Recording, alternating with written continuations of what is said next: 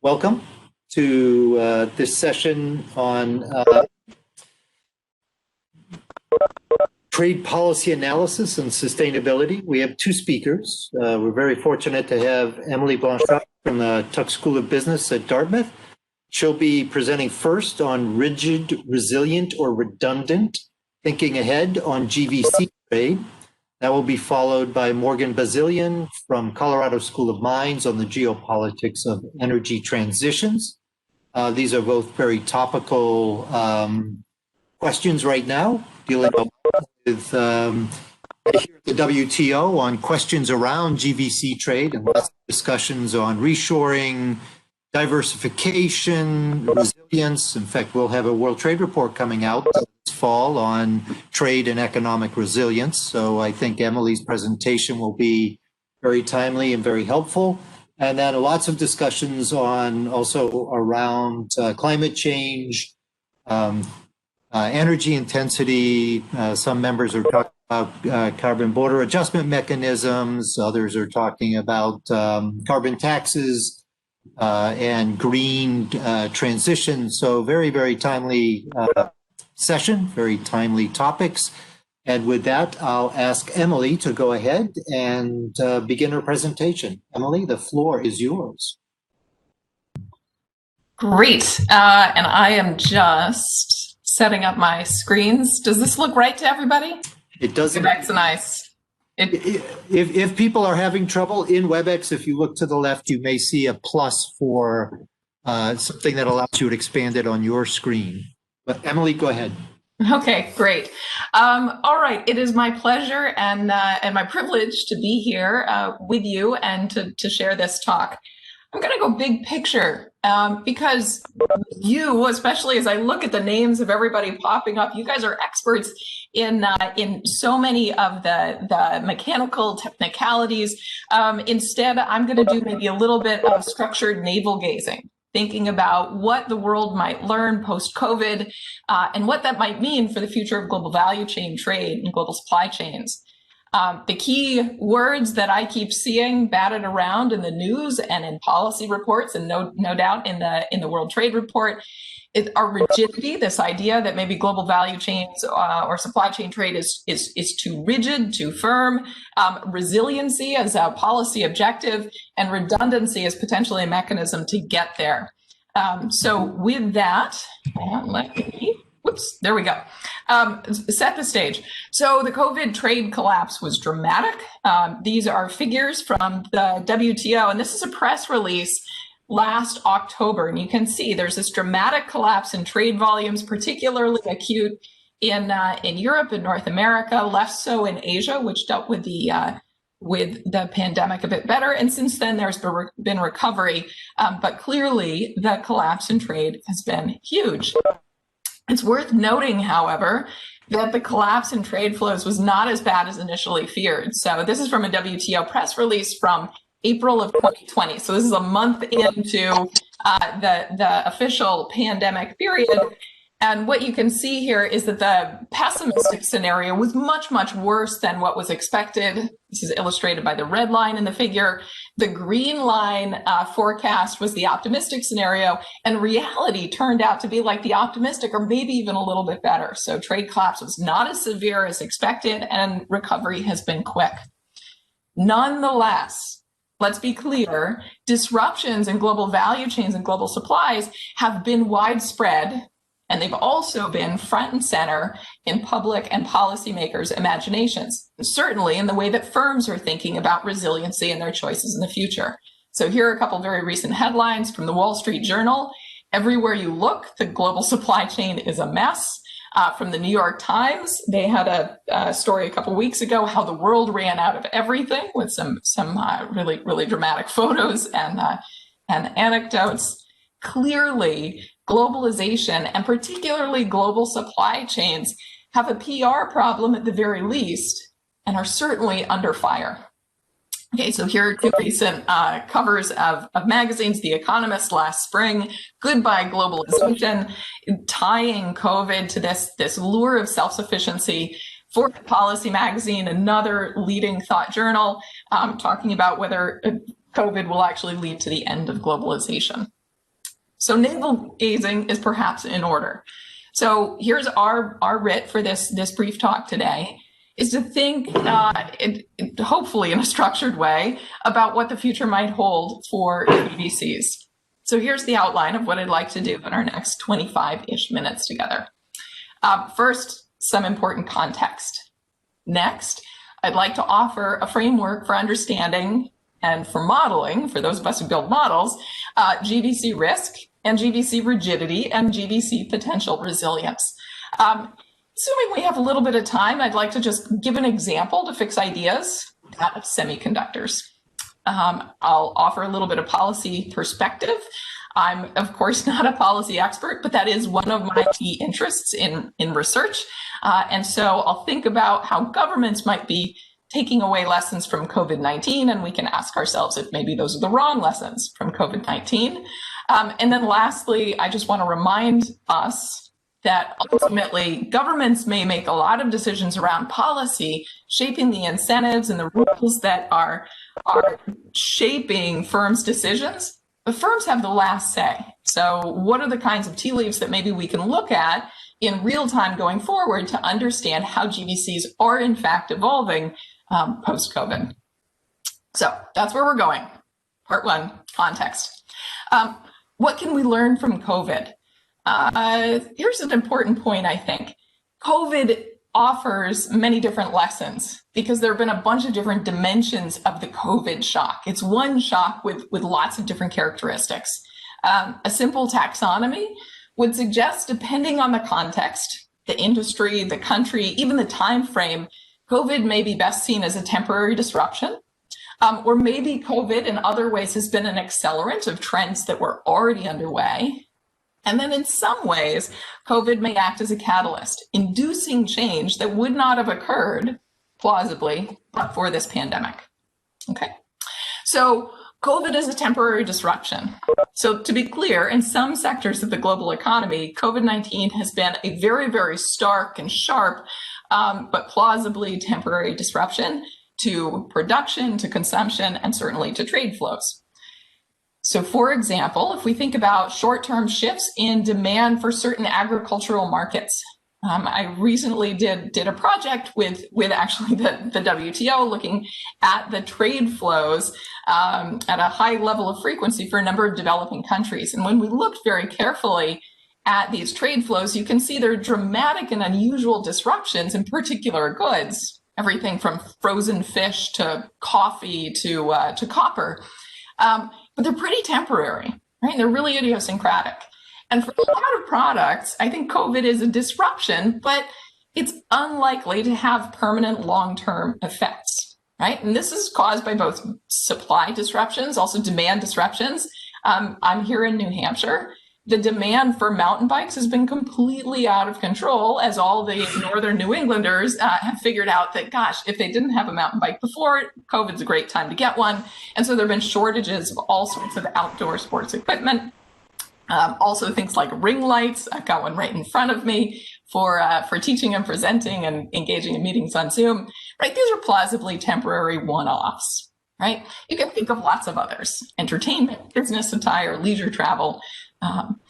The key is for these sectors and these parts of the economy in which COVID has been a temporary disruption, COVID really offers just a reminder, a not subtle reminder, of the importance of things like the value of diversification, whether it's by having, for example, lots of different suppliers in lots of different countries, or the value of diversification or shock mitigation, risk mitigation through time by building up inventories that can act as buffers to global shocks, right? Other ways, COVID has become an accelerant, right? So here's a really, really important point. I worry that it's not going to get lost among this crowd, but certainly may get lost in policy circles and potentially among investors and firms as well. We might forget that GBC expansion had already started to slow well before COVID. Why? Lots of reasons, right? Economic nationalism. Here's a figure. This is from Paul Antras, recently wrote a really nice report. By the way, these slides are are posted, and all the orange things are links, so you can go to the sources that I'm citing. So this would go to Pol's report. It documents this globalization process that predates COVID. This is one way of measuring global trade, right? It's trade over GDP. And what you can see is there was this rapid period of expansion from the mid-1980s to about the beginning of the Great Recession of 2008. But since then, trade as a share of GDP has been pretty darn flat, right? So this globalization, this slowing down of global trade, and particularly GVC expansion, had already started before spring of 2020 and COVID. Okay.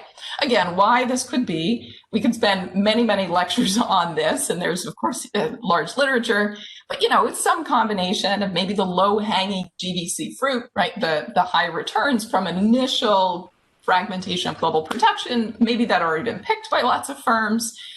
Maybe automation was reducing the labor share of a firm's costs, and so reducing the incentives for offshoring of labor-intensive activities. So once automation is sort of coming online, maybe we see less fragmentation because of that. And of course, the well-documented costs of policy uncertainty, particularly since 2016 and the rise of economic nationalism, right? Brexit, Trump, Sino-US trade war, et cetera. Okay, COVID. So again, COVID serves a bunch of different roles. COVID is, for some sectors and ways, parts of the economy, it's a temporary disruption. In other ways, it's an accelerant to that slowing down of GDP expansion. In a handful of cases, COVID is plausibly a catalyst that has sort of induced like tipping point changes, right? So I think about what we're doing right now. Classic example, right? We are on a giant video conference joining from potentially all over the world. Would this switch to video conferencing have happened anytime soon, but for the pandemic, right? This is a shift in equilibrium where the norms have just evolved, nudged by this COVID pandemic to push us all in line to adopt a similar set of technologies very, very quickly. And again, norms around those technologies. And I wonder if we'll go back to the way things were before with entirely in-person conferencing. It seems kind of unlikely to me. Likewise, we may actually see tipping point changes around just-in-time production. So firms sourcing products with this just-in-time supply chain, which I think somebody's perhaps unmuted. So also public health norms, initiatives, surveillance, cooperation, right? My focus, of course, will be more on the economic pieces around trade. At the same time, COVID is a catalyst on the political economy of trade. I think there's a new willingness, maybe even a new eagerness on the parts of firms, and especially governments, to think about tail risks, low probability, really, really disruptive events. So COVID has encouraged governments to sort of have this rich new imagination of things that can go wrong, right? Firms, likewise, I think have a rich new imagination of what can go wrong. And we might actually, as we think about how investors price in things like tail risks and black swan events, we might get investors that start to change their behavior and change their valuations based on these small probability, high disruption events. So that could lead to some pretty profound changes down the road. Okay, big question here, of course, is will governments give in to the temptations of economic nationalism and this idea of self-sufficiency? I'll come back to that in a few minutes. Okay, so the upshot. COVID has changed the world and changed industries and firms and sectors and countries in different ways, profoundly in many cases. There were important pre-existing conditions that were challenging globalization before COVID, and certainly the challenges for globalization are even greater after.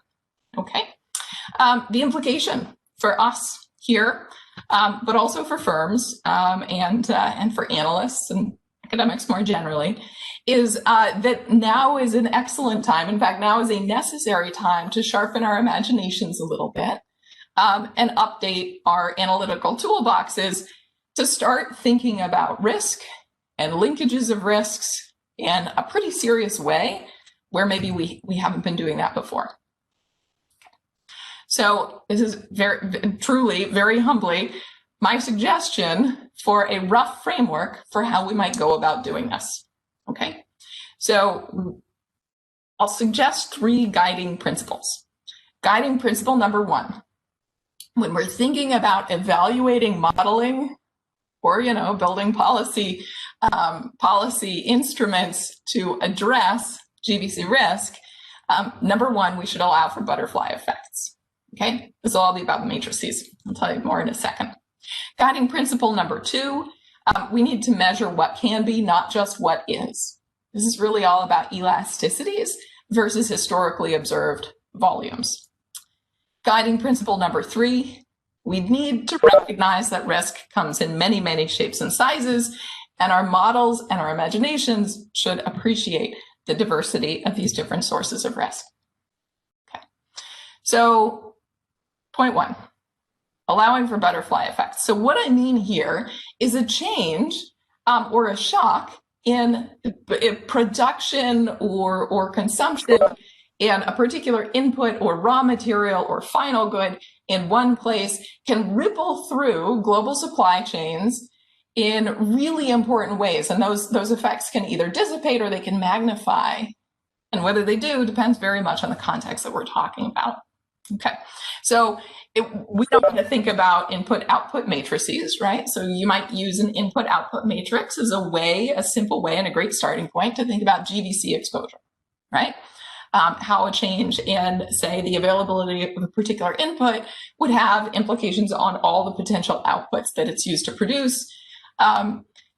We should recognize that these matrices, obviously there's not one IO matrix, there are many, many IO matrices, and they're all linked, right? So we should think about GVC exposure and pass-through of shocks up value chains, down value chains, and crucially across value chains.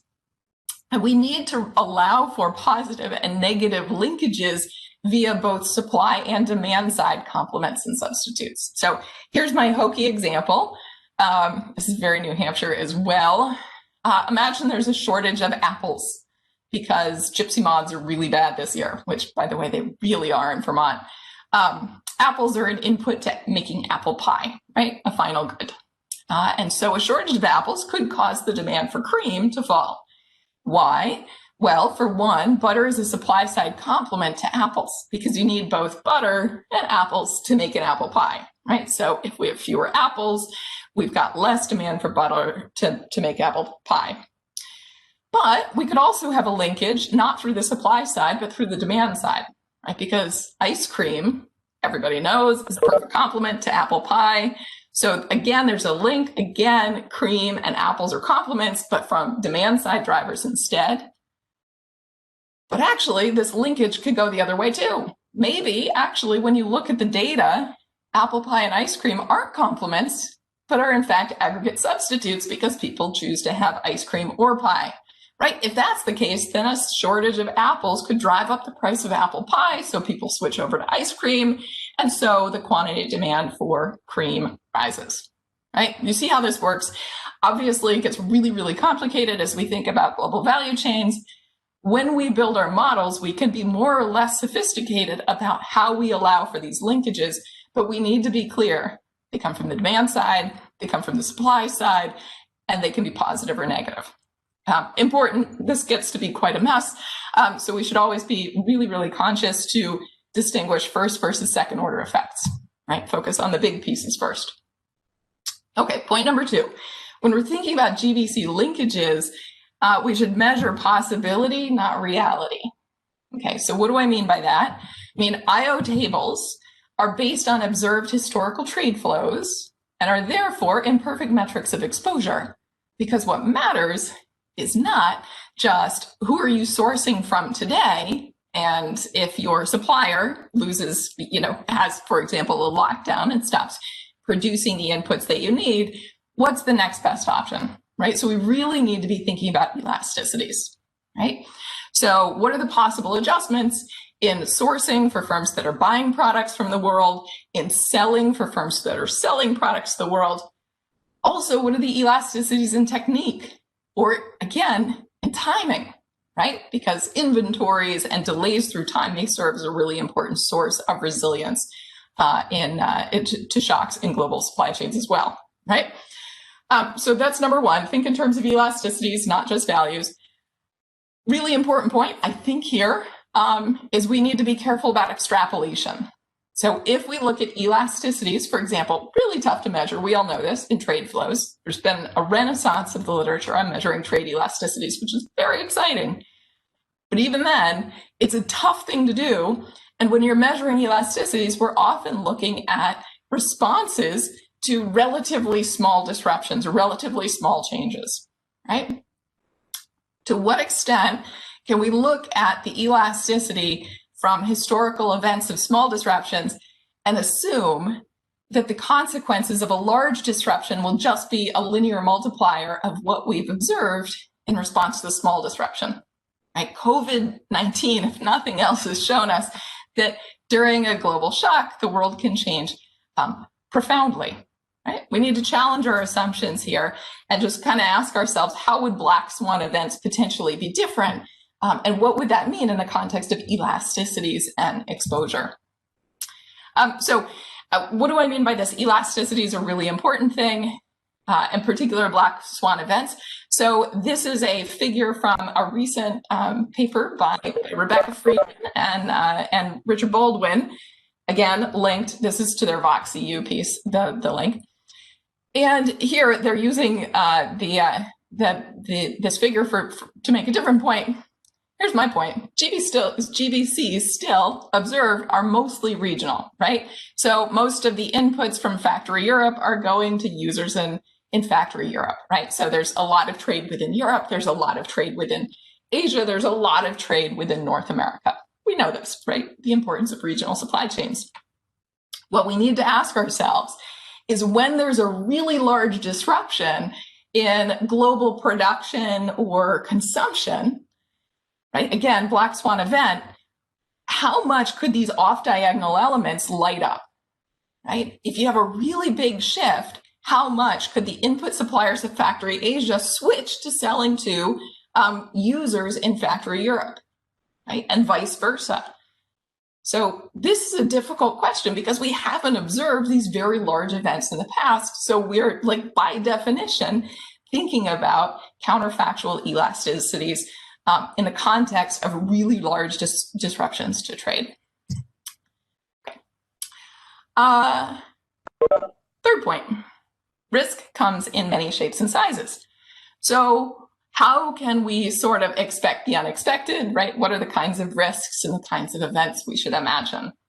I would suggest there's a way to maybe codify or create a little taxonomy of the different kinds of risks we might want to think about. And again, that we might want to use our models to sort of think about what might happen, right? To predict the consequences of these events. We can think about shocks defined by cause, right? They're demand shocks, supply shocks. They're also what I'd call market wedge shocks. So this isn't fundamentally about production or consumption or preferences. This is about how products get from A to B and the kinds of impediments that governments or acts of God might put there to trade. So something like the Ever Given getting stuck in the Suez Canal, that's a market wedge. The Sino-US trade war, right? And the very large tariffs, 301 tariffs that were put on in the summer of 2018, still there. Those are a market wedge, right? Okay, so different causes. There's also the question of scope, right? Are we thinking about shocks that are idiosyncratic to a particular sector and country, or are they correlated? Are they local or are they global? This is incredibly important as we think about the consequences of disruptions to trade and GBC resiliency, because if you have correlated shocks, that's going to have really different implications for global prices than idiosyncratic shocks, right? If a farmer is the only farmer going through a drought, prices are unlikely to change, right? And so the farmer would suffer the full consequences of the drought to crop loss. But if every farmer in the world is going through a drought at the same time, then obviously the price of that farmer's product, her product's going to become more expensive, and that may be a mitigating effect, right? There might be other times where the correlation of shocks is a magnifying effect. It's really important to have that straight in our minds and build that into our models. Another source of shocks, they can be political, governments, right? Do not discount the importance of political shocks. Economic, so they could be changes in the decisions of individual agents, probably firms, maybe workers, maybe consumers, or they can be environmental or just like truly exogenous, a tsunami, right? That kind of thing. Note in all of this, when we think about shocks, even that word shock is a little bit subject to interpretation, because there's truly in practice kind of a fuzzy distinction between shocks and trends. And by the way, endogenous responses to shocks that lead to a trend, right? So for example, US-China decoupling is kind of different how maybe we want to think about that unfolding over time versus something incredibly dramatic and sudden like the COVID-19 shock or the Suez closure. Okay. Quick example, semiconductors. So semiconductors, I think, A, fascinating on their own right, but B, they're a really helpful example as we think about what kind of shocks might be out there and how we can sort of think about the different dimensions of the shocks. Semiconductors are a lasagna of bad things happening, at least for the semiconductor industry and its users, all kind of at the same time. So it's a demand shock, and it's a supply shock, and it's a market wedge shock. We know that there's an incredible shortage of most semiconductors for use, particularly in things like automobiles right now, right? Where did this come from? Well, in spring of 2020, we had a surge in demand for electronic products as schools and households and firms all went to online production. So there was a demand in an increase in demand for lots of electronics that use semiconductors, so demand went up. At the same time, by the way, lots of automakers looked at COVID, said maybe either we are under lockdown and we can't produce more cars, so we're going to release some of our orders for semiconductors, or we think demand's going to stay low for a while, so they kind of reduced demand for a little bit, which may have allowed prices to fall a little bit, to go over to the electronic suppliers. Then, of course, there's been a really rapid COVID recovery where now everybody, including very much the automakers, want semiconductors right away. So clearly, demand's part of the story. Same time, there have been supply disruptions. So there have been factory fires in Japan. There was one in a fab, and there was another in the maker of a critical input for semiconductor fabs. There's drought in Taiwan. I did not know this until recently, but it turns out semiconductor fabs are incredibly water intensive, right? So there's supply side disruptions, reducing supply. And at the same time, we've got a market wedge disruption. US trade restrictions and export restrictions on semiconductor sales, particularly to ZTE and Huawei, have caused lots of Chinese producers to start stockpiling semiconductors. And that has also kind of messed up or disrupted the global market for semiconductors, leading to a shortage, especially acute in Western markets. At the same time, air freight has also fallen because we're not flying business class airfares or any airfares as much as we used to be because of the pandemic. So the scope of this COVID plus so much more semiconductor shock, it's correlated, it's global. You certainly see it in prices. And so those increases in prices magnify the costs of delay. It's incredibly expensive for using firms. So there's huge exposure there. And the source of this has been political and economic and environmental, right? Those fires, just acts of God. Okay. So lots of really interesting reporting on semiconductors. If you're curious, and if you haven't read Chad Bound's paper from December of last year, you should absolutely do that here. It's linked. You can learn a lot. Okay. 5 minutes, Emily. You bet. All right, thanks. And early, so it's good. Okay, so 2 last points. Policy. I don't want to understate the importance of policy in determining the future of GDCs. I wrote a hunch here. It's really my hunch. my hunch is that the greatest uncertainties for the future of global value chains are ultimately political, right? It's not the exogenous shocks. It's not the Ever Given getting stuck in the Suez Canal. It's not tsunamis. It's not even maybe a pandemic. It's political decisions by governments and how they're going to respond to the lessons that they've taken away from COVID-19. So how will governments respond to the COVID supply chain disruptions? There's been a lot of action. There's been a lot of discussion. For anybody who works on GDC trade, certainly you should take a look at the very recently released US 100-day report on global supply chain resilience from the Biden administration. So again, this is a link to the fact sheet, which is linked to the underlying report where you can see all of the details. But basically, the US has outlined extensive plans to strengthen US supply chains and build resilience. But here's a direct quote, and I find it very interesting. The White House Commission that wrote this report wrote, "The goal is to strengthen American supply chains to promote economic security, national security, and good paying union jobs at home." Okay, so I think those are sure great objectives, all three. Not at all obvious to me what the good paying union jobs has to do with resiliency per se.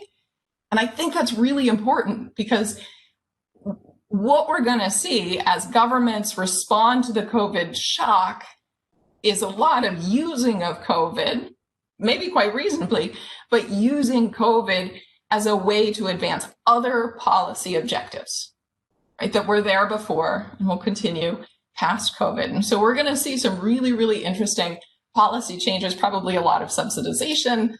In fact, clearly a lot of subsidies for certain critical goods and services that the administration has outlined. Semiconductors, vaccines, and medical equipments. There's a bunch of advanced manufacturing stuff, and particularly around batteries, right, rare earths. So that's going to be important. At the same time, for all the importance of government decision-making here in shaping the future of global supply chains, we need to remember, and our models need to remember, that firms make the decisions, right? So governments can change the incentives, governments can even change rules, but ultimately firms will decide if they're going to change where and how they're producing things in the world, right? So how are firms actually going to respond to COVID-19? And how are they going to respond to the political decisions that come from the COVID-19 supply chain shortages? So I don't know the answer to this, which is very unsatisfying, and I'm sorry. But you know, if I had a crystal ball, I'd be a very wealthy woman. Instead, I'll offer my suggestion of some of the tea leaves maybe we could be reading to watch in real time and try to figure out what's happening. I'm very curious about how firms are going to respond to supply chain disruptions, not just by changing where and how they source things and where they sell products, but how they inventory, right? How they spread risk through time. So inventory practices, looking at things like purchasing of warehousing capacity, right? That'll be really interesting. Also investment decisions, obviously greenfield acquisition, expansion. The UNCTAD is engaged in a project trying to figure out if firms have changed their FDI patterns in response to the pandemic. Also looking very carefully at things like intra versus inter-firm trade flows. Will firms vertically integrate to secure supplies up and down the value chain? That's an interesting question. I'm curious about intensive versus extensive adjustments in firms' buyer and supplier decisions, right? Do firms buy more from the same suppliers, or do they buy less from the same suppliers but expand the set of suppliers from whom they're purchasing, right? Just classic diversification. These are things we can measure in firm-to-firm trade data, which is becoming more and more widespread in the academic and policy literatures. And then last, but again, not least, I'll be watching very carefully how firms may change what they're lobbying for. Which governments are they asking, and what are they asking for? When do they ask it, right? That'll be another really, really interesting set of questions with clearly less data, but at least as much importance. So that's my suggestion of things to maybe look out for. Very, very big picture. Thanks for your attention. And as we go forward, I look forward to questions. Thanks. Thank you. Thank you very much, Emily. Excellent presentation. A lot of food for thought here.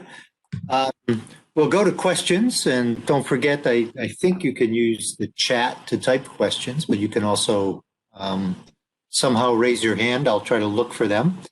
But while we're waiting for some indications of questions from the audience, I'll just share some perspective, if I may. Emily, you're making me feel really old. I was a student of the Soviet Union, and their development model was vertically integrated factories, right? And after the breakup, we saw a lot of fragmentation there. Another Soviet experience for me was the transition in agriculture for the European centrally planned economies, where many of the models that had been built were based on observed data, and there was a lot of inelastic supply and demand responses. And I was asked by USDA to take a look at this, and what I did was throw all that stuff away and then ask and create a model with linkages, by the way, between feed livestock sectors, to think about what it might look like as they integrated into a more European agricultural sector. So brought in those elasticities as relevant ones, which were quite different than what people had observed, and also brought in technological change, much faster technological change, yield changes, those kinds of things. What I got from policymakers was, no way, they're standing in line. They're standing in line for food. They're not going to be net exporters. And I was like, they're going to be net exporters of grain. They're going to compete with us. We're going to lose the grain market. But anyway, really good ideas, I think, and on a much grander scale, on much more important issues. One issue that's in front of me right now is vaccine manufacturing. And I was on a meeting, WHO vaccine manufacturing task force meeting yesterday, where lots of concerns. Everybody wants to build vaccine manufacturing capacity. Those who have it want to expand it. Those who don't have it want it. And there's definitely a need in the short term, but once you build that capacity, what's going to happen if the next pandemic's different, or you only need those vaccines every 5 to 7 years? How are you going to sustain that capacity? So it brings out issues around subsidies and overcapacity. I think that's in a very critical area. Okay, enough for my comments. Do we have Bob? Ian Sheldon would like to say a word. Okay, please. Thank you very much, Bob. A very interesting presentation, Emily. You mentioned Paul Antras's very nice paper that talks about globalization.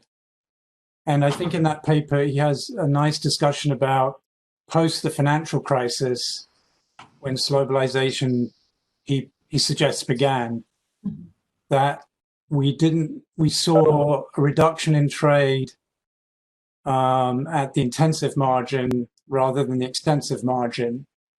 And he kind of speculates in that paper, because I guess it was around, that paper came out, we've been 6 months into the pandemic, if I remember rightly, when I first saw that paper. What's your sense of, are we going to see a lot of reshoring? Because I know there are other papers that suggest that automation is actually going to increase trade in intermediate goods because you get these productivity effects. So I guess my question is, are we going to see a reduction in trade at the extensive margin because of the pandemic and the adjustments that you've suggested? Yeah, it's a great question. I mean, to be clear, I don't know. I think we're likely to see consolidation as separate from reshoring, right? So there's no question that many firms, particularly manufacturing firms, but lots of other firms too, are looking at the global trade landscape saying, gosh, it turns out these disruptions make life really difficult. And a lot of the disruptions actually in the last few months have really centered around shipping, more than anything else, just physically getting products from A to B. But again, starting in 2016 and especially 2018, we had all these policy disruptions, US tariffs front and center, but not just the US. There are also a lot of trade tensions between Japan and South Korea heating up. So you can imagine that firms are taking a new and fresh look at exposure to border disruptions. And so I imagine firms will be consolidating where they can, right? So if you used to have maybe a 2% cost saving by fragmenting, if you build in the risk, maybe you're not going to do that anymore. It is not at all obvious to me, though, that firms will be reshoring back home to where the firm is headquartered, right? And I think this is something that lots of governments are grappling with and possibly failing to fully appreciate. Firms want to be next to the least mobile parts of their whole supply chain, right? So what are those least mobile parts? For some firms, that's going to be next to the raw materials that they need to input, right? Maybe that's the biggest shock vulnerability. For many more firms, it's all going to be about the consumers. And how do you put supply and how do you consolidate supply and minimize exposure and still have production next to your consumers? No shock, right, to any of us here. Many of the consumers and a growing expected share of global consumers are not in the United States and in Western Europe, right? They're in East and South Asia and Southeast Asia, right? And so I think we may see a lot of consolidation, but there's nothing to me that says it'll be reshoring per se. So that's my hunch. I could be totally wrong. I'd be curious what Bob has to say about this too. Well, I'd love to, but David Tarr has a question for you, Emily. So David, please, the floor is yours. So thanks very much, Emily, for a really interesting presentation. I enjoyed it a lot.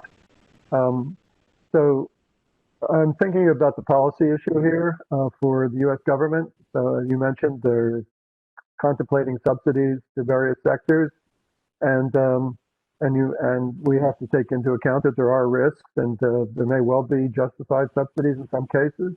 But I'm wondering, what data can we bring to bear to assess these risks? And so what do we have any historical experiences? And of course, the biggest one I can think of, and this actually goes back to the national security argument, which we've thought about for decades. And of course, we have the experience of World War II, which was a much more massive disruption than COVID. And then how did we adapt? Now, of course, the economies have changed dramatically. We're talking about lots of products that we didn't have then, but we do have some experience there, which might provide some data and some information as to what extent these subsidies would be justified if we are capable very quickly of adapting a sector to produce things. And that would mean that any justified subsidy would have to be much smaller. Yeah, great question. Again, let me preface this by reiterating my ignorance and my just sort of willingness to speculate, because that's what this is. But a couple things here. So ramp up time. I love it when I teach MBA students here at Tuck.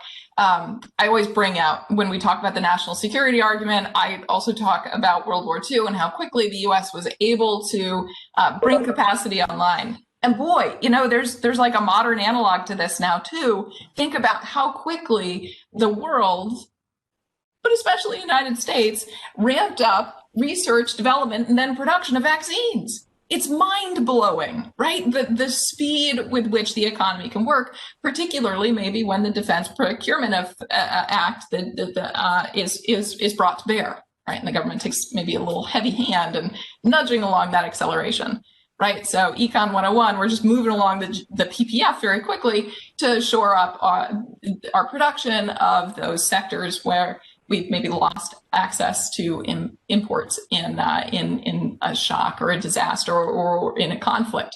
So ramp up time is a really important question. I will say that the U.S. supply chain report does talk about one of the arguments for subsidizing the sectors or focusing on the sectors that it's talked about, batteries, semiconductors, rare earths in particular, is this idea that ramping up is slow, right? So one of the figures I've heard thrown around is to create a fab, so the fabrication factory for semiconductors. To build a fab, I guess, takes about 5 years, right? So it's even if you're pushing really hard, it's a really big, really complicated thing. It takes a long time, and so this is clearly that report that the U.S. government has issued is calling on the fact that it takes 5 years as a justification. So I'm glad they're at least thinking about the time cost of ramping up production. Likewise, rare earths, and another place where ramping up production takes a very, very long time, and a lot of the extraction, these are just massive capital expenditures. At the same time, I worry a little bit when I look at other parts of the report, because what I see here is the citing of national security risks associated with global supply chain, or really just importing stuff instead of making it at home. And there's a conflation of two very different things. There's the COVID type shock, the act of God, the pandemic, the disruption, the one-off. And it seems to be conflated a little bit with national security objectives that are very much about strategic trade policy and tied quite clearly to US-China decoupling, right? And so both of those are layered on top of each other, and both of those justifications, I think, are going to drive US trade policy. And so when we're thinking about what's going to drive US policy decisions around national security, there's like the old school national security arguments that, again, this is what I teach my students. I think what a lot of us teach our students. But then there's this whole new piece, which is really national security that takes a strategic industry type argument, this idea that you want to be the world's leader and standard setter in new frontier technologies like 5G. Right? So you're going to have a totally different set of economic issues. It's really about network externalities and asymmetric information and vulnerabilities there. But we're going to see both of these layered on top when we look at policy outcomes. Okay, well, thank you, Emily. That's all the time we have. I'm sure we could engage in a lot more discussion around this, but very much appreciate your thoughtful presentation and discussion. But it's now time to move on to our second presenter in the session, Morgan Bazilian. Is Morgan in the group? Let's give Emily a round of applause or hands or whatever you do in a virtual environment. Thank you, Emily. And I'll be reaching out sometime soon, Emily, to connect on some of these questions. Thanks. Great. Thanks, everybody. Okay, Morgan, do we have Morgan? Yes, I'm here, Bob. Oh, there you are. Yes. Okay. Sorry, I got so many faces, well, names on my screen. Welcome, Morgan. It's very good to have you here. Are you ready to start your presentation? Because if you are, I would say go right into it. Okay, I am. I'm not as familiar with this system, so I'll just ask if Okay, there should be a share at the bottom of your screen for WebEx. Do you see that? yeah, I'm sharing now, so I'm hoping you can see It's it. okay. I think you just need to go full screen, I think, Morgan. There you go. There you go. You're good. You're excellent. Okay. So Okay, great. Well, thank you very much for having me at this event, and I appreciated listening to Emily's presentation, which was excellent. I'll say at the outset that I am not a trade economist. My training is in physics, but I've been working in economics for many years, so hopefully that will serve me. My name's Morgan Bazilian. I run a small institute called the Payne Institute for Public Policy at the Colorado School of Mines. The Colorado School of Mines is one of Colorado's 3 research universities, public research universities. It's about 99% technically oriented. The focus of the university is not necessarily on mining, despite the name. I would say our groups in quantum physics are growing faster than mining engineering, as an example. So it's a sort of straightforward technical university. My institute links that technical expertise with context, or we call it public policy. I joined the university 3 years ago. Previously, I worked at the World Bank with a lot of economists, and so hopefully that experience will help in this. I'm going to be giving a sort of different talk, I think, a high-level piece on the geopolitics or the relationships between states. So it's sort of an IR talk around energy transitions, and I'll go through what I mean by energy transitions. This is not related to food, which I believe was in the title of this event.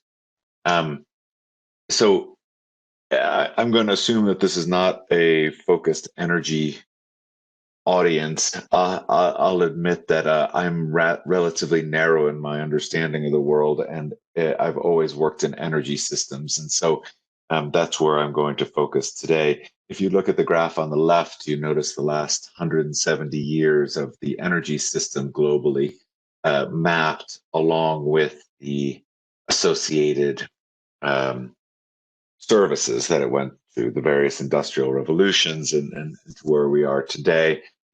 I think the important part there is to keep in mind the shape of that curve, the nonlinear upward. I've mapped that roughly. Of course, this blue curve here is not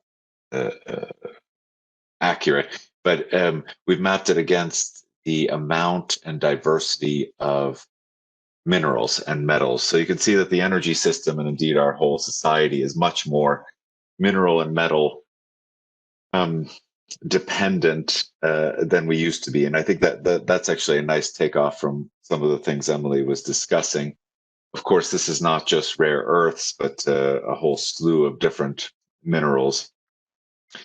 The rare earths tend to make the news more than others, mostly because I think they sound cool to people. This, I think almost everybody on this call probably has. This is the IPCC 1.5 degree future scenarios. Those are to get to a global mean temperature raise of 1.5 degrees C by over pre-industrial periods. Those are the blue and gray curves. So those are the various scenarios that economists and others have come up with over the time. There are, of course, thousands of them. But onto that mapping, I just put the red line, which is historical, fact. So the rising CO2 emissions, as opposed to what we are shown needs to be the pathways towards net zero by mid-century and beyond. And I think the important thing is that the red curve is one we're familiar with from previous slides. In other words, that's what we always see in the energy sector, and we never see the other direction. And so it is a massive challenge, in case anyone was wondering. And it doesn't have any precedent either, so which always makes things uncomfortable or difficult. I'll also note that energy experts like myself are always deeply wrong about what's going to happen in the energy system.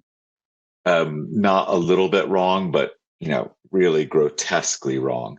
And so it's important to keep in mind humility in all of this, which of course tends to be easier to do as you get older, but it's an important piece of this. So the prognostications about what the energy system will look like even in the next decade are inevitably incorrect. I'll frame my geopolitical contours with the note that I believe that the energy transitions are largely a developing country story. So of course, people have challenged me or others on that. I don't think the challenges are very compelling, though. The red marks are the OECD countries, and the OECD countries, it's very likely, and we've already seen this playing out over the last many decades, that the primary energy demand there is flat or even decreasing, while the rest of the world, and the yellow on the map, yellow circles, is growing. And so with growth of demand, and in some cases massive growth in demand, you also get the other things that economists like to talk about: investment, jobs, tax revenue, et cetera. So the future of the energy system is a developing country story. So with that, I've been looking for some years at what the geopolitical contours of those changes might be, and they range here. I've put down 10. Of course, I could list 100. And these get sort of technical and jargony from energy sector, but they range from there's all new maps and trade maps associated with natural gas and oil and renewables, to issues of cybersecurity, to issues of conflicts over minerals, to inequality, global trade, clean energy, companies changing their strategies. And any one of those 10 things, I can fairly easily find an example from just the last 2 weeks in what's happened in the world. And so that makes me relatively confident that at least these kind of contours are changing rapidly. And of course, with that kind of rapid change comes geopolitical concerns or issues or possibilities. So in 2019, we published a paper in Nature that was the result of an exercise I, along with 2 or 3 other colleagues, did for the German Ministry of Foreign Affairs and Security. So this was not done for the Ministry of Economic Affairs, nor the Ministry of Energy, nor the Ministry for Environment. It was done with a geopolitical bent, if you will. And we came up with 4 scenarios. So that was the way. So the government asked us, the German government asked us, what's the energy system going to look like in 2100? We immediately said we have no idea. And then we started to create some scenarios that, that might replicate some things that might happen. And we did it in a very qualitative way. In other words, these curves could have been drawn by my son as opposed to a CGE or model or econometric model or something. So we just looked at what the relationship might be between fossil fuels and renewables out to 2100. And I'll go briefly through those 4 scenarios and then take you to the conclusions of the exercise. The first one we called Big Green Deal. And in that one, everything sort of goes swimmingly, right? So you financial markets reallocate capital to low carbon firms. The global consensus on climate change, the SDGs are achieved, et cetera, et cetera. This is sort of the good feeling scenario. We didn't assign likelihood to any of these things. I think each of the scenarios has pieces of reality that we can see today, and then a lot we don't see. So, global consensus on climate change action. Well, yeah, not really, but financial markets reallocating capital to low firms. Yeah, we see a lot of evidence of that. So, each one has its pieces. This one is called technology breakthrough. This is where the United States and China take the lead on technology development, and developing nations are excluded from this advanced energy know-how. Places like Google and the State Grid of China, you don't know, the State Grid of China has about 1 million employees, emerge as dominant players. This, you can see today, elements of this. So it certainly has some basis in what we see. Here's one called Dirty Nationalism. This says elections bring populists to power. In case you haven't been paying attention, we had this happen in the United States of America, and we have it in various other countries. Nation first policies that might include things like America first language. So again, this one actually has quite a lot more basis in what's happened recently than other ones. And then finally, just a muddling on scenario, which is things keep going. You can see renewables rise pretty well here, and fossil fuels decline, but we don't have that X in the middle, that crossover. So here from a sort of IR political architecture are what we looked at, ranging from multilateralism to anarchy to regional hegemony to clubs. Clubs are a popular way to think about climate change futures in that literature. But I guess more importantly, some key takeaways from the scenarios. I won't go in order here. I think the most important one is, and this is what we delivered to the German ministry, was shift attention from goals to pathways. What that means is it is relatively politically easy to come up with goals to 2050 because the politicians in place will either be out of office or dead. And so it's relatively easy to do that from a political perspective. And empirically we see this. There's already been tens, if not more, of governments that have put out climate change targets to 2050 that are net zero. Almost none of them, in fact, I would argue none of them, have a clear pathway with budgets and policies to get there.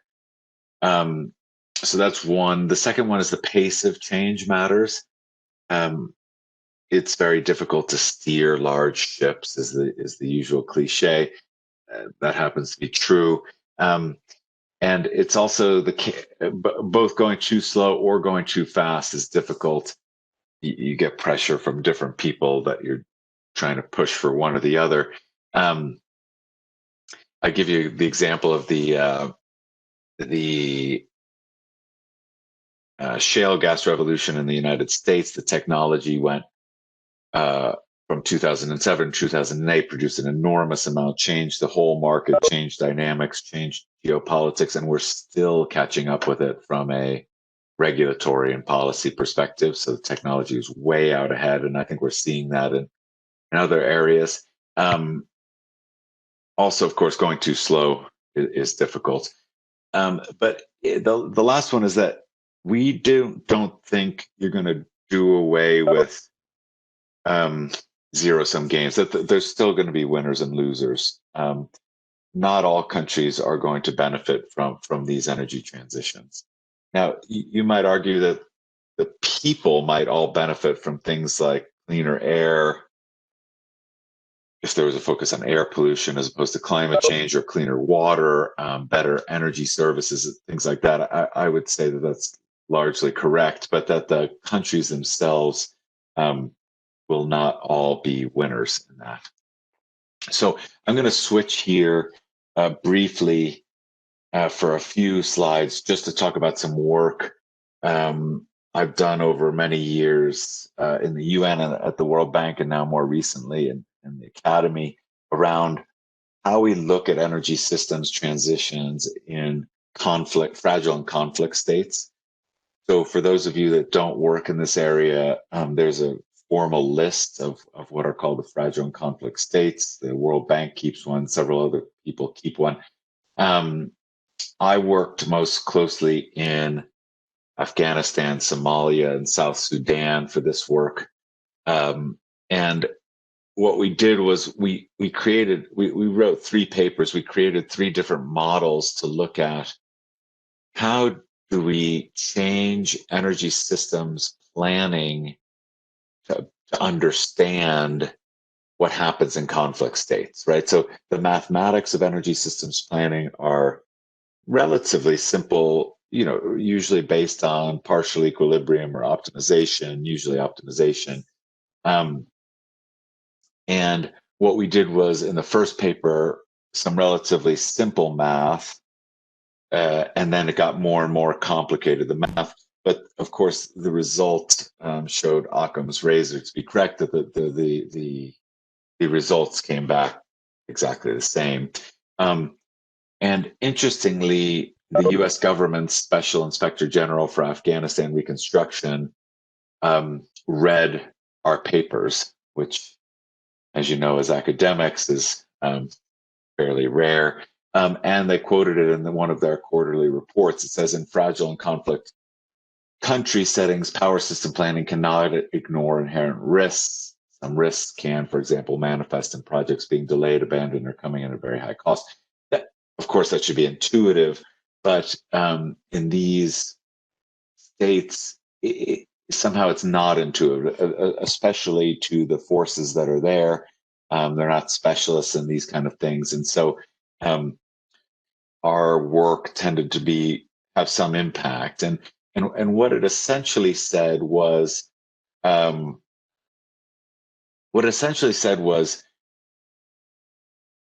do things differently. So, the optimization itself is sort of dumb, or, people hate it when I say the math is dumb, but it's not helpful. What an optimization model for power system does is optimizes for least cost. And what it says in different countries is, well, what I'd like to see you do in South Sudan is put up a bunch of hydro plants, large hydro plants, or thermal power plants in part of the country, and then just build enormous transmission lines across the country, just like it would in the United States. Of course, the reality in conflict countries is that's an absurd answer, for many reasons, but I can give you one. Is I wonder if people in this audience could guess the cost of capital for a project finance of a high voltage transmission system in South Sudan. And so the answer to that question is that it approaches infinity, because no one is going to give you that money. And so our modeling showed that what you'd want to do is put up smaller systems in incremental places around cities for either community services, public health, or government functioning. And we did this in several countries. It always comes out the same. Interestingly, here's another way to look at it. This is a map of the country of Nigeria. On the left is data, solar irradiance data from, say, NREL. This happens to be from the European Commission. What you see there is red is good. The more red, the higher the solar insolation. And the typical model would solve, and it would say, we'll put up a lot of solar energy in the northeast of the country. And then you look, if you care to, the model does not do this. Look at a conflict map, and you would notice that Boko Haram dominates the northeast part of that country. And no one is going in there to put up solar panels from international organizations because workers can't go in, et cetera, et cetera. So it gives you wrong answers in different ways. And this is my penultimate slide, last one of content.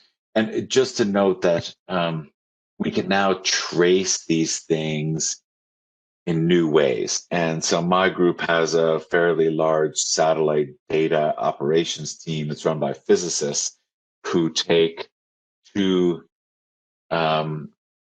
visible and infrared satellites that are up there going around from NASA. They have 26 spectral bands, and we use fundamental physics to come up with different products. And one of those products is about gas flaring, which is the flaring of associated gas from oil. You can see that in the United States, in Texas and North Dakota there.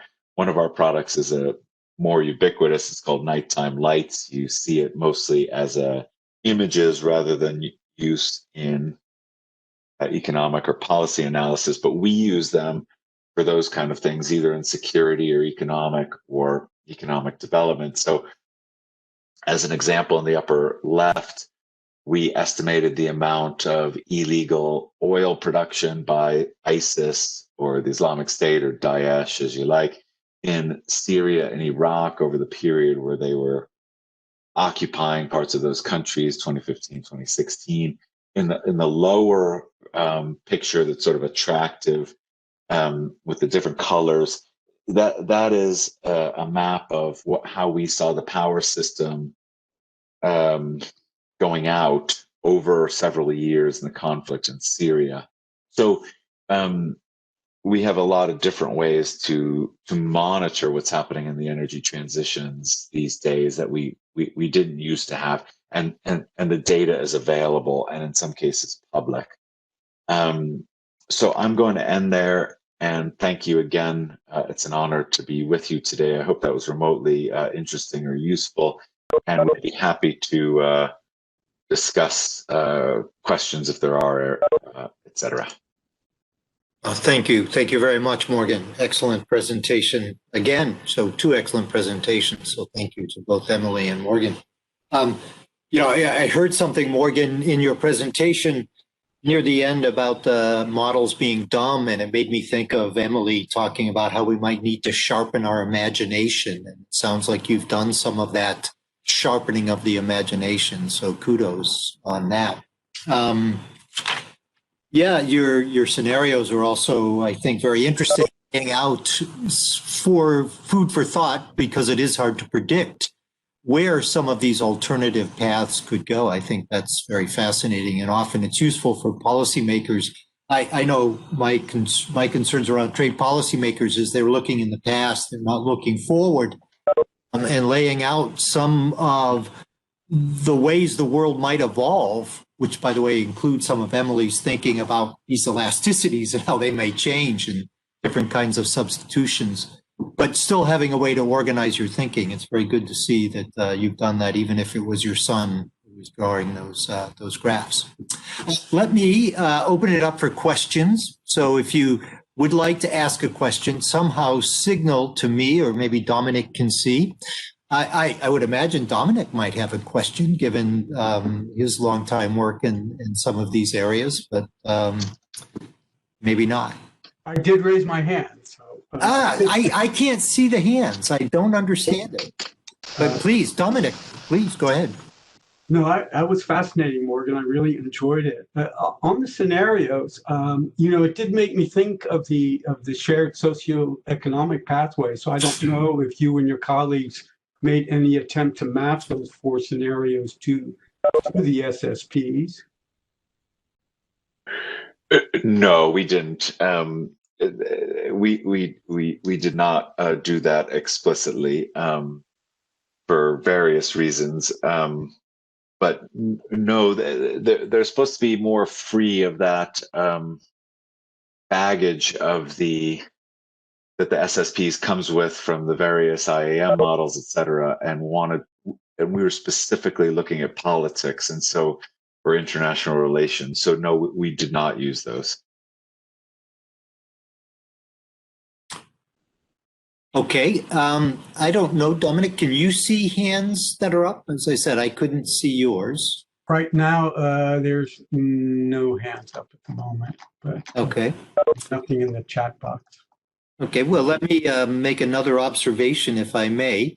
So, you had a couple of slides there that showed the interconnectivity of energy sectors and the intensity of minerals and metals and things like that, which also reminded me of the kinds of supply chain interconnections that Emily was talking about, except you focus very much on the energy sector.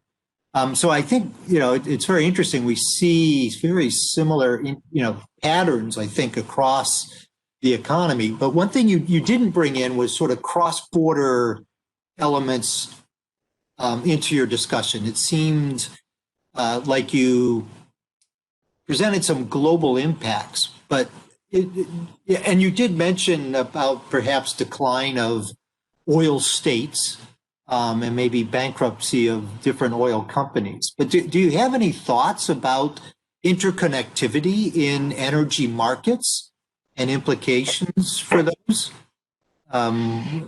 Yeah, sure. So yeah, apologies. That's the audience, and so to tie to a couple of the things that Emily said on critical minerals, and then I'll tie to the energy space. So we work a lot on critical minerals, which mean in the United States context, those minerals where we are heavily supply dependent. And I say in the U.S. that's what it means, because different regions have different definitions for what they mean by critical. So as an example, in Australia, what they mean for critical minerals is what they see growing markets for export. So there are very different definitions of criticality. In the U.S., of course, it's very much a security focus. So criticality could be replaced with the word national security. And then immediately the discussion naturally goes to China and the United States. So because China tends to dominate, whether explicitly or implicitly, in other words, whether you can find the data or whether you can't find the data, it still dominates many of the critical minerals we have on. We have an official list of critical minerals, 35 minerals, that includes the 17 rare earths. And that list is up there for security for both energy, but maybe more importantly for defense. So it's not just for making photovoltaic panels and motors, but for making wings of aircraft and permanent magnets and things like that. So, well, and what Emily discussed. So the point that I think some of the interesting trade pieces there are, one is that the discussion in the United States tends to talk about the minerals themselves, which is deeply limiting. In other words, no one really wants rocks in their backyard. You want processed chemicals. And so, and you only want processed chemicals if you have advanced manufacturing to do something with those processed chemicals. And so there is a lack of supply chain, this going back to Emily's thing, supply chain awareness in critical minerals. And the discussion tends to be very, if you don't mind the word, sort of old school thinking about security. So it's very much, who do we get it from and what's the percentage of where they dominate us? And so the language becomes very America first and therefore very parochial and boring and wrong, of course. So that's one thing to say about those supply chains and the trade of them. And of course, they're very important to the energy future because inherent in solar power and in wind turbines and in LED lights and in batteries are tons of these things. And they're changing the demand patterns, mostly just going up for everything from nickel to silver to copper to et cetera, to the ones you haven't heard of, or some of you. And so that's one thing to say. The other thing to say on the trade is that the price signals are not getting out to those people to invest in either processing or digging up these rocks. And what I mean by that is that if I went to an energy conference or even to my students and I said, tell me the price of crude oil in Dubai or in Europe or in West Texas, they can find me that price and it's correct within 5 seconds. If I ask them for the price of neodymium, or even lithium,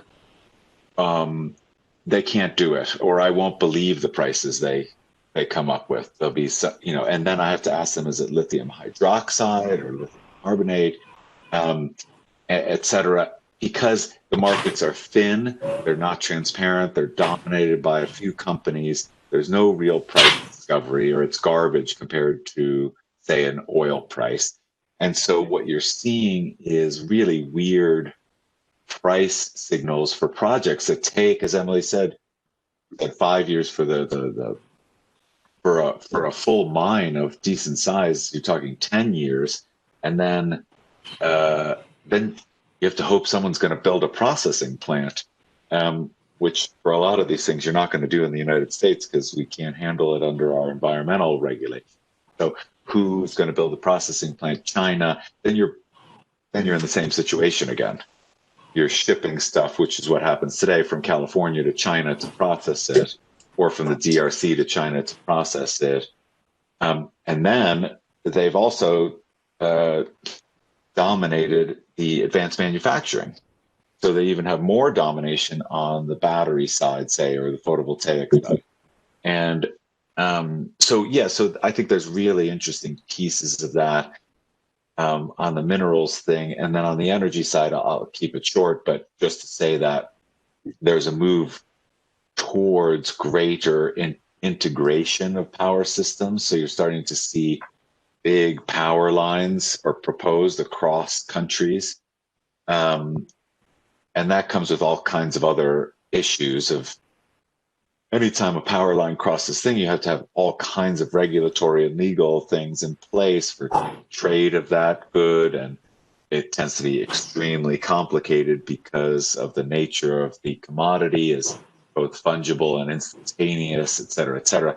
So there are all kinds of these trade issues coming up across the energy and mineral landscape that I think this group could it is already, I'm sure, making great strides in thinking about. Well, thanks, Morgan. By the way, at the WTO, we have a technical barriers to trade committee. And the interesting thing compared to the average trade negotiator is that it's actually the educated regulators who come and talk about these things and know what they're talking about. Right.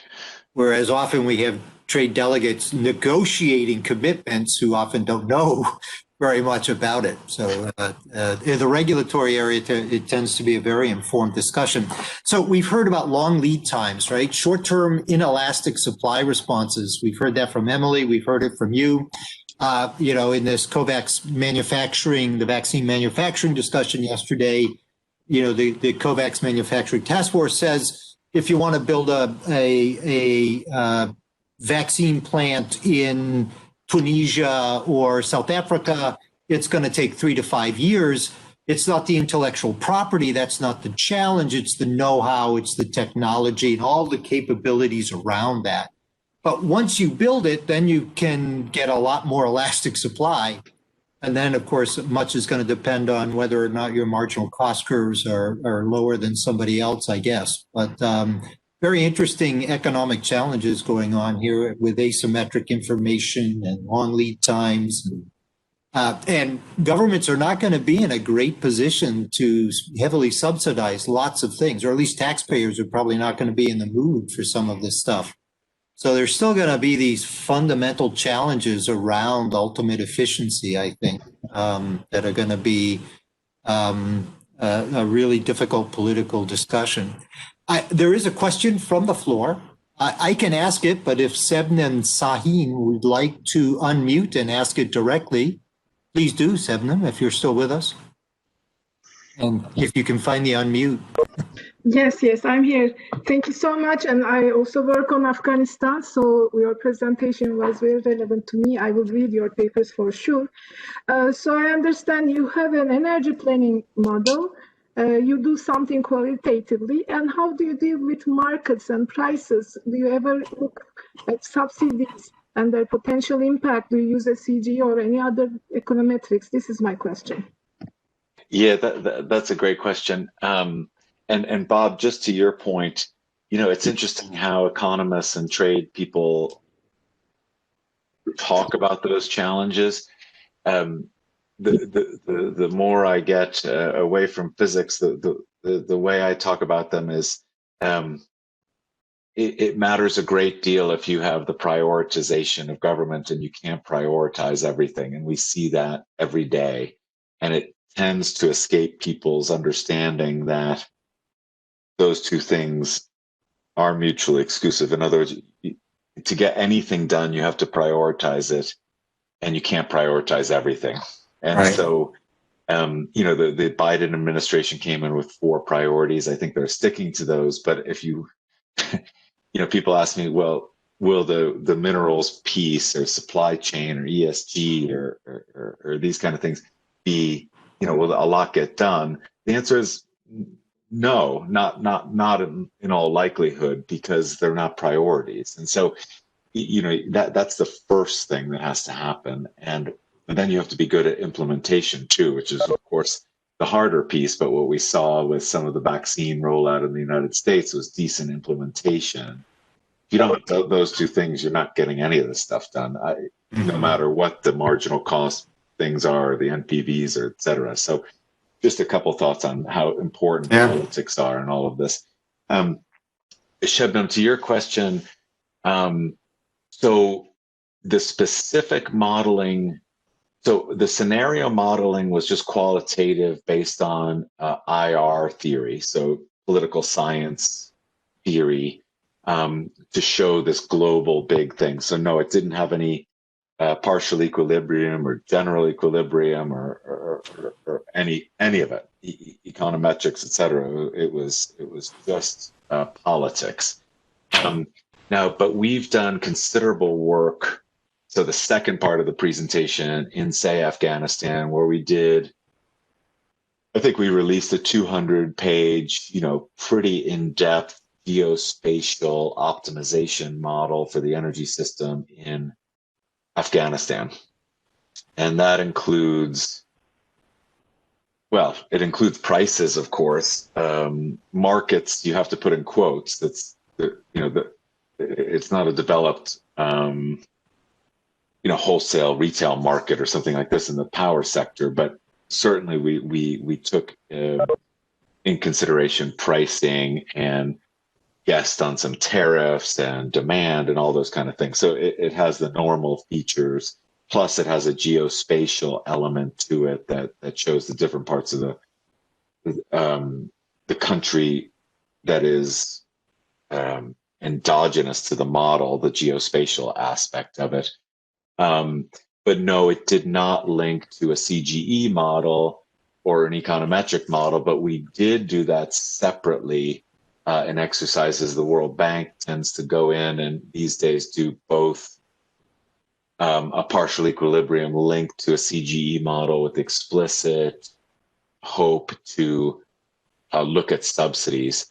And there's a huge program on subsidies that I actually led, energy subsidies that I led while I was at the bank, and we had some case studies there. But the exercises tend to be separate from power system modeling to energy subsidies. But all of that information is up there. But I would just say to you that, and as I said, the mathematics got more sophisticated. So we did, in my opinion, more sophisticated modeling than the sort of typical CGE partial equilibrium stuff by going into two-stage stochastic programming with this. But as I said, the results of all that fancy math were really, look, it's pretty hard to build big projects and don't make 20-year plans in places that are suffering from conflict with people suffering today, which resonates, as you well know, Shebnem, with the people on the ground and the ministers in a place like Afghanistan. I remember talking to the Minister for Energy in Afghanistan. He said, please do not deliver me another 20-year plan with 5-year horizons that's going to electrify the whole country and make some beautiful optimized least cost system for our country. Because if you're, naive enough to think that's of any use, then I don't even want to talk to you anymore. And so, that kind of stuff has to inform that modeling. Otherwise, okay, it's an academic exercise in the worst way, right? It's an academic exercise in the pejorative sense. And so, anyway, yeah, I'd be happy to send you that detailed modeling of Afghanistan, and it did call for sort of 1-year plans to put up smaller systems that could provide, essential services, and not essential services like we think of in the U.S. during COVID, but essential services for, building hospitals, running power into hospitals, making government offices have power and internet, and making them resilient to violence and attacks. So it's interesting that while we were doing that work, all the windows in the offices of the World Bank and the UN got blown out in Afghanistan and Kabul, and some of our colleagues were hurt, although not killed, thank God. But it really brings it home that doing two-stage stochastic math is not necessarily super helpful in the short term, although the paper got published in Nature. Morgan, thank you. We're going to take time for one more question for you, okay? And it's from David Tarr. So David, ask your question, please. Yeah, thanks, Morgan, for a nice, interesting talk. I'd like to, you obviously are a big thinker, and so I'm going to ask you a question on one of the big issues. So I was impressed with one of your first graphs where you emphasized that the achievement of goals toward climate change are dependent primarily on developing countries. And that reminded me of a talk I heard from Bjorn Lomborg, who is very much in agreement with that point of view. And his key point is that we're only going to get developing countries to adopt clean energy if we can develop technologies which make it less costly to produce energy in a clean way than with fossil fuels. And and from that, he argues that what we need is subsidies for basic technology. And that he means not wind, not solar, not existing batteries and that kind of thing, but really fundamental technologies which can be groundbreaking. So, I mean, he mentions, for example, in the Biden administration proposal of, well, he says he recommends roughly 1/10 to 0.2% of GDP spend on basic technologies towards production of clean energy. That would mean out of the 500 billion proposed by the Biden administration, roughly 20 to 30 billion of that toward really fundamental basic technology. But this is very speculative. We don't know what we're talking about here, and he doesn't want to specify. But I'm wondering if you have something in mind in terms of where we might go, what types of technologies we would have in the future that would meet those objectives, assuming you buy into any part of this argument.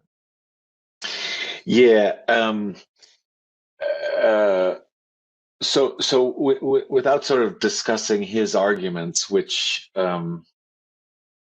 can be compelling and are also set up to be polemic, I can speak to the point more generally about what I think about the why I said what I said about the energy transitions in developing countries. If you look across emerging and developing countries, you will find that approximately 0 of them, or maybe 1% of them, or 2%, the island nations, have climate change as a top tier priority. So going back to the prioritization that we were discussing with Bob, if you ask the governments there what are their top priorities, they will not list climate change in their top 5 priorities almost anywhere, because the priorities are economic development, and economic development, right? The poverty alleviation, education, etc. And so to assume that those countries are sort of taking it as seriously, say, as the Biden administration is to be naive. So what can we do about that to sort of nudge those things? There's several things. One, almost all of those countries have air pollution as a high priority, as opposed to climate change, because there's millions of people dying every year from air pollution, and they tend to be women and children, and so there's a high political motivation for addressing air pollution. So that's one way, that's one lever, as the people in the World Bank love to say, to address, because you can get to climate change, which is more amorphous and global, as you know, by addressing aspects of air pollution as the driver. And you see this very clearly in China and India today, and have for a decade. You also actually see it in the United States, of course, but we're in a different administration now, and have somehow forgotten what the administration looked like just a few months ago. So that's one piece. I think you implement policy by prioritizing things that are motivating, and air pollution is much more motivating for most developing countries, as it is for most U.S. cities, than climate change is. As far as the technology discussion of this tends to be rather flawed in my perspective. When we do the modeling for Afghanistan, as an example, or we do the modeling for India, we've done power system modeling for probably 150 countries while I worked at the World Bank. we can happily see a huge role for solar energy and some for wind energy and geothermal. There's also roles for other technology, and how development banks and Western OECD countries allow for development of things like natural gas is an especially difficult conversation right now for various reasons. But framing it as we need new technologies so that are cheap enough so developing countries can do stuff is not the right framing in my mind. Solar energy is cheaper than almost anything else right now in most developing countries, period. That's included in the United States. So, I don't think that's the way to frame those things. Framing the energy system or the climate system or even the trade system is primarily from a technocratic, leaves out enormous issues of society. And those are not just justice and equality issues, they are also straightforward issues of social license to operate, community engagement, community wealth creation, etc. So anyway, that's sort of a long-winded answer to that. But, maybe it helps a little bit. Yeah, Morgan, thank you. Very much appreciate that and bringing in the community dimension. It's now time to close the session. So let's give our thanks to Morgan for an excellent presentation. You can turn on your cameras or just Morgan, that there's lots of applause in the audience. Yeah, there we go. Great presentations from both Emily and Morgan, very thought-provoking. Thank you very much for taking the time and joining us, and also to the audience for taking the time to join this session. Thank you very much. And I wish you, I guess, maybe good afternoon, good evening, and good morning, wherever you are. So thank you.